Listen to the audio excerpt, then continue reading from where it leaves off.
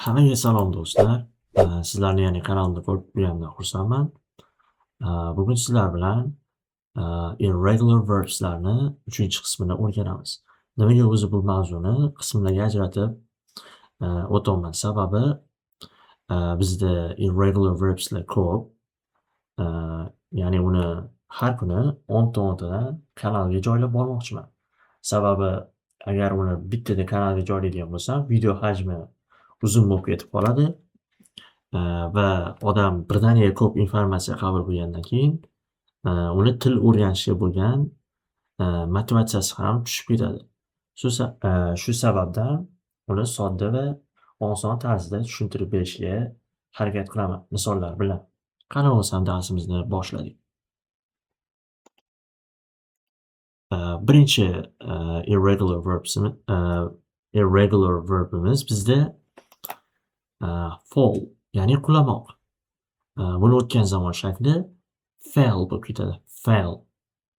Misol uchun, I fell from the tree. Men daraxtdan yiqilib tushdim yoki qulab tushdim. Keyingisi bizda feel. Feel, ya'ni his qilmoq degani. Buni o'tgan zamondagi shakli felt bo'lib ketadi. Felt. Misol uchun, I felt sad yesterday. Men kecha o'zimni xafa his qildim. Keyingisi bizda fight. Fight, ya'ni urushmoq. Buni o'tgan zamondagi shakli fought bo'lib ketadi. Fought. Misol uchun, two friends fought with each other. Ikki do'st bir-biri bilan urushdi. Keyingisi bizda find. Find, ya'ni topmoq degani.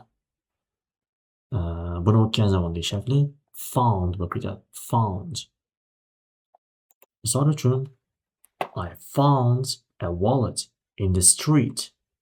Men ko'chada bitta hamyon topib oldim. Keyingisi bizda forget. Forget, esdan chiqarmoq degani. Buni o'tgan zamondagi shakli forgot bo'lib ketadi. Forgot. Misol uchun, he forgot her birthday. Ya'ni u uning tug'ilgan kunini esdan chiqardi. Keyingisi bizda fly. Fly. Fly degani bizda uchmoq degani. Buni o'tgan zamondagi shakli flew bo'lib ketadi. Flew. Misol uchun, the plane flew in the sky. Samolyot osmonda uchdi. Keyingisi bizda get. Get, ya'ni olmoq degani. Buni o'tgan zamondagi shakli got bo'lib ketadi. Got. Misol uchun, I got a new message. Men yangi bitta xabar oldim. Keyingisi bizda give. Give. Give degani bermoq degani. Buni o'tgan zamondagi shakli gave. Gave bo'lib ketadi. Misol uchun, I gave my friend a lot of money. Men do'stimga ko'p pullar berdim. Keyingisi bizda go. Go, ya'ni bormoq degani. Buni o'tgan zamondagi shakli went bo'lib ketadi. Went. We went to the mountain last summer. Biz o'tgan yoz tog'ga bordik.